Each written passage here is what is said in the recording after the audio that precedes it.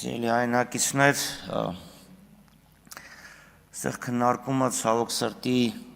ոչ թե մերկանտիլիզմի եւ լիբերալիզմի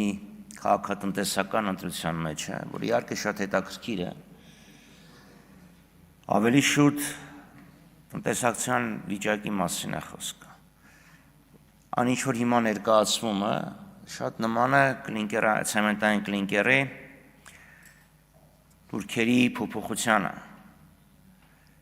Թե կլինկերը, թե արմատուրան ու ամրանները օգտագործում են շինարարության մեջ։ Տուրքերի բարձրացումը մի նպատակ ունի։ Փոքրացող շուկայում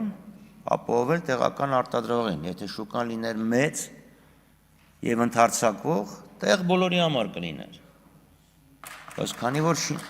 Բայց քանի որ շինարարությունը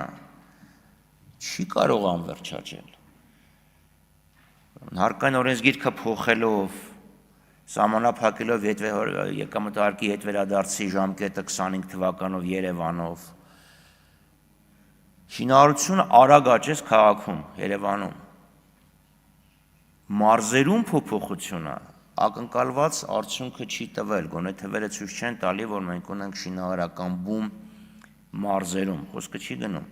Երևանին հարակից, երբ ասենք Աբովյանից ավելի է տեղացնել Քանաքեռ, քան Քանաքեռից Երևան։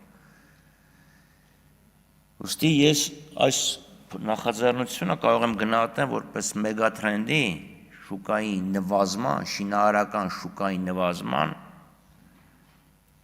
առաջին զգուշացում։ Տնտեսությունը, տնտեսական աճը, որի մասին վաղ խոսեն եւ դիֆերանբներ կձոնեն, հիմնված է եղել շինարարության վրա, ոչ արտանելի շինարարության վրա, որը հասել է հագեցման կետին եւ մեզ սպառնում են բավականին ծանր օրեր նվազող տնտեսական աճով։ Շնորհակալություն։